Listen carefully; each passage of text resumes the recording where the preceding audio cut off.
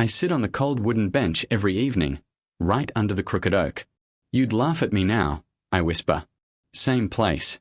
Same time. Talking to ghosts again. Mr. Harris asks as he sweeps the path. Only the friendly ones, I say. They don't interrupt. He chuckles. Still waiting for someone. I stopped waiting, I lie. I just sit. He leans on his broom. Most men your age sit at home. Home was louder, I say. This place listens. Mr. Harris nods like he understands. Sun's dropping. You'll catch a chill.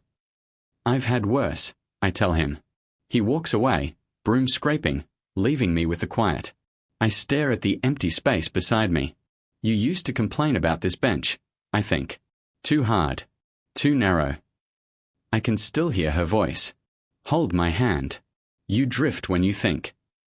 I drift because I didn't hold on, I murmur.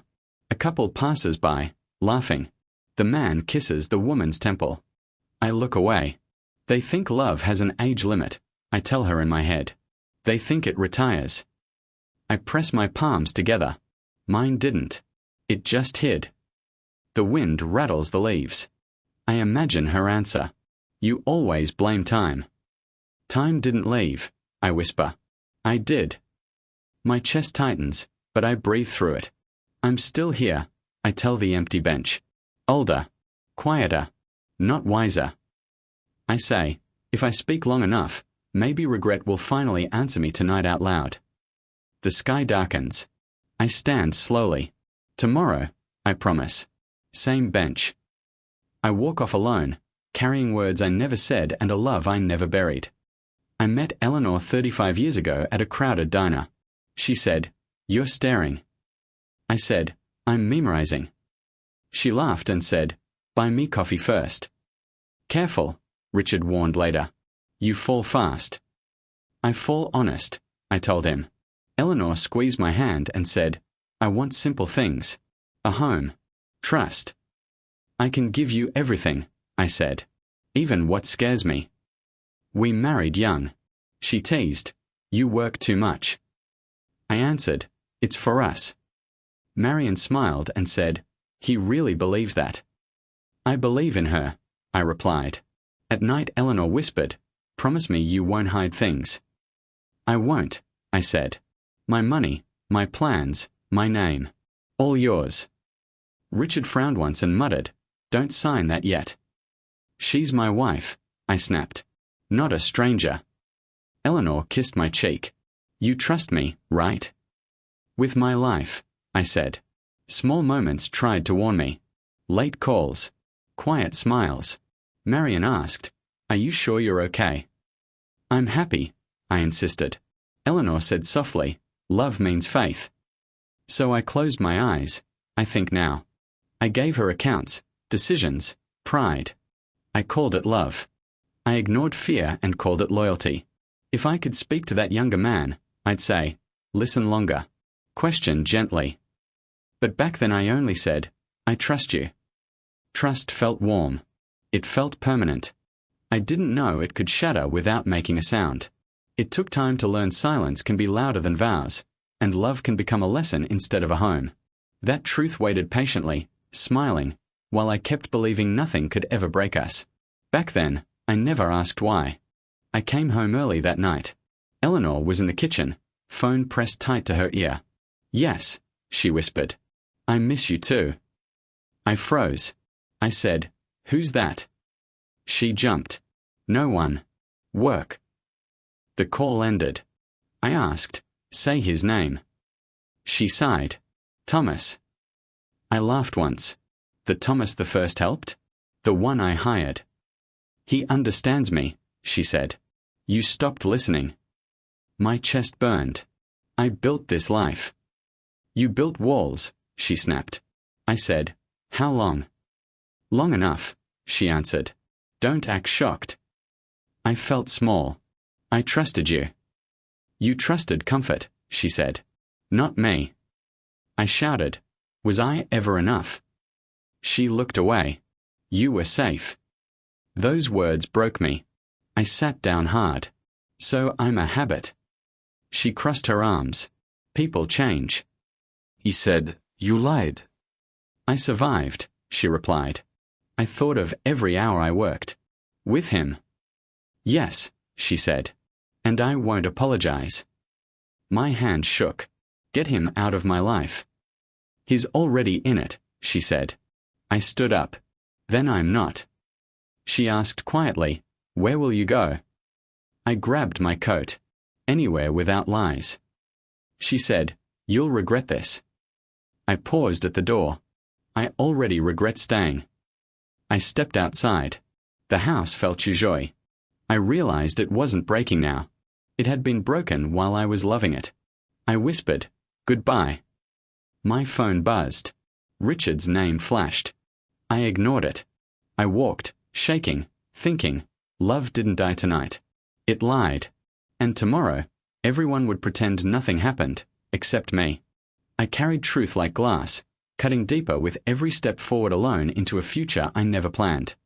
I signed the papers without reading them. Daniel said, "You should fight." "I'm tired," I told him. He crossed his arms. "You gave her everything." I gave us everything. The apartment smelled like dust and strangers. Daniel stood by the door and said, "This isn't you." "This is what's left," I answered. Boxes surrounded me. I held a wedding photo. Daniel asked, "Why keep that?" "Because it happened," I said. He looked hurt. "You let her win." I let myself survive. He sighed. "Mom says you abandoned her." I laughed. Empty. She abandoned truth. Silence stretched. Daniel said, "I don't know whose side I'm on." "Choose yourself," I told him. After he left, the quiet pressed down. I stared at the mirror and whispered, "You look older." Betrayal carved lines no clock could explain. At night I imagined revenge. I said, I could ruin them. No one answered. I opened another box. Bills, papers, debt stared back. "You trusted," I told myself. "You paid." I sat on the floor and said, "Do I still matter?" The walls didn't reply. I packed the photo away. "Enough," I said. Breathing felt like work. Living felt like punishment. But I woke up anyway. I ate. I showered. I survived. That was all I knew how to do. Stay alive while already broken, waiting for pain to decide if it was finished with me. I whispered, "Tomorrow," and answered myself, "Maybe." I lay on the floor, counting breaths, counting regrets, promising nothing except this. I would not disappear, even if love already had. Left me hollow, tired, shaking, unsure, but still breathing in the dark alone. That night ended. I met Helen by the mailbox. She said, "You walk like you're waiting to fall." "I already did," I answered. She stuttered me. "Then why are you still standing?" "I don't know what else to do," I said. She crossed her arms. "You're hiding." "I'm resting," I argued. She shook her head. "Rest doesn't feel like this." I snapped, "I'm 62. "And alive," she replied. "Stop acting finished." Her words stung. "You don't know my damage." "I know grief," she said. "I buried my husband and didn't bury myself." Silence settled. I asked, "What do you want from me?" "Movement," she said. "Any direction." That night I unlocked my old workshop. The dust felt familiar. I said aloud, "I remember you." The tools waited. I picked up a hammer. "I'm not fixing the past," I whispered. "I'm fixing me." My phone rang. Richard said, "You okay?" "I'm busy," I replied. "With what?" "Living," I said. He laughed softly. "About time." Days passed. My hands hurt. My mind slowed. I slept deeper. I told Helen, "I'm not chasing revenge." "Good," she said. "Chase yourself." I looked at my workbench and said, "I'm still useful." Helen smiled. "You always were." I wasn't healed. I was sore, tired, uncertain. But each nail driven felt like a choice. I chose motion. I chose effort. I chose not to rot. That's how the shift started. Quietly. Not with anger, but with work, breath by breath, decision by decision, learning that starting again didn't ask for permission, only courage. I told myself, you're allowed to begin. No cheers came. No miracle arrived. Just mornings, sawdust, callous skin, and a reason to wake. That was enough.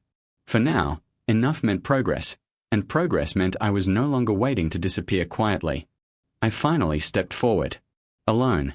When you're ready, paste Chapter 6 outline, and I'll continue with the same precision and exact word control. I heard it from Richard. He said, "You hear about Eleanor?" "No," I replied. "Thomas lost the firm," he said. "Bad loans. Bad choices." I felt nothing. Then something. "That's not my concern." Richard paused. "She's selling the house." I said, "People sell houses." "Not like this," he said. "Public. Messy." I exhaled. "Stop. You don't want to know." "I didn't ask," I said. "At the shop a client said, 'You built this yourself.'" "Yes," I answered. "Solid work," he said. "I trust it." The word hit harder than money. I nodded. Later Richard called again. "They're fighting," he said. "Blaming each other." I closed my eyes. "I'm busy." "With what?" "Staying upright," I said. Helen stopped by. "You look lighter," she said. "I didn't change," I told her. "You did," she replied. "You stopped watching the door." I thought about Eleanor's voice, once certain, now cracking. I didn't smile. I didn't ache. I said to myself, this isn't revenge. It felt like balance. Orders came in. Hands shook mine. Respect returned quietly. I understood then. Karma doesn't need witnesses. It doesn't need permission. I built, I breathed, I lived. Somewhere else, things fell apart. That was enough.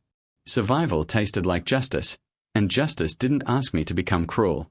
It simply asked me to keep going forward without looking back anymore.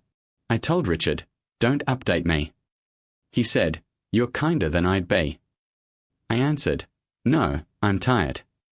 When the light shut off, I locked the shop and said, "I won today," then went home calm. I slept without nightmares, woke early, worked again, and understood peace grows quietly inside me now finally. She stood at my door, eyes swollen. I didn't know where else to go. I said, "You chose where to go." "I lost everything," she whispered. "Thomas, the house, the plans." I nodded. "Lost teachers fast." She stepped closer. "I was wrong." I answered, "You were certain." She cried, "I regret it every day." I said, "Regret isn't repair." She reached for me. "Please." I stepped back. "Don't." Her voice shook. "I loved you." I replied, "You left me." She said, "I was afraid." "So was I," I said. Silence filled the room. She asked, "Can you forgive me?" I breathed. "I already did." Her eyes lifted. "Then come back." "No," I said. She frowned. "Why forgive if you won't return?" "Because carrying anger hurts me," I said. "Returning would hurt me more." She whispered, "I don't recognize you." "I found myself," I answered. She said, "We had a life." "We had a past," I replied. Tears fell. I made a mistake. "I made peace," I said. She looked small. "Is this goodbye?"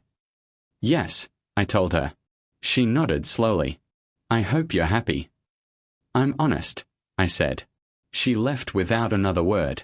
I closed the door gently. My hands didn't shake. I felt sad, but not empty. I said aloud, "Some apologies arrive after the door is closed." Forgiveness stayed. The past didn't. I stood still, knowing strength sometimes looks like silence, and love sometimes means letting go forever.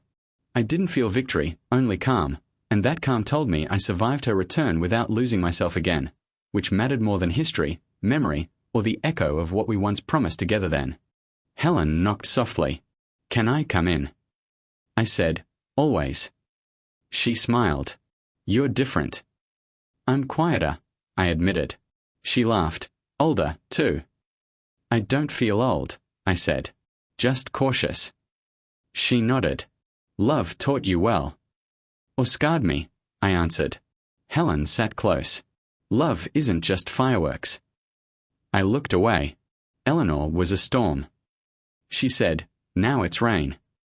Steady, I whispered. We talked about small things. Gardens. Books. Old songs. You're healing, she said. I smiled. Not forgetting. Good, she replied. Memories teach. I confessed. I thought love was forever. It is, Helen said, but not always the same. I said, I'm afraid to fall again. She took my hand. Falling isn't the end. It's proof you're alive. I felt warmth in that touch, different from before. She asked, what do you want now? Peace, I said. And love. Maybe a quiet one. Helen squeezed my hand. Then let's start there. I told her, you don't erase the past. No, she said. You make space for new. I thought about Eleanor, not with anger, but acceptance. I said, I'm ready to move. Helen smiled softly. Together. Yes, I said. Love no longer screamed or shattered. It whispered steady and sure. I was no longer a man broken by loss, but a man learning to live again, with hope, with honesty, with someone who sees me without needing me to be perfect. That was enough. I sat on the old bench again. Same spot. Different me. Funny how some things don't change, I said quietly. Helen passed by and smiled. You look peaceful. I'm learning, I replied. The bench held memories, pain, love, regret. I thought about Eleanor. You never really leave, I whispered. A couple walked past, holding hands. I smiled faintly. Love doesn't vanish. It just transforms. Richard called last week. You're stronger. I'm moving, I said. I looked at the cracks in the wood. Life breaks you. Then it rebuilds. Helen sat beside me. You're not alone anymore. No, I said. I stopped hiding. I reached into my pocket and pulled out a small wooden heart I carved. Made this when I thought love was forever, I told her. She laughed softly. Maybe it is. Just not always the same shape. I nodded. I used to think I lost everything. But you found yourself, she said. I smiled, feeling calm for the first time in years. Are you ready? Helen asked. I stood slowly. Yes. Not because I forgot the past, but because I won't let it control my future. The bench was empty now.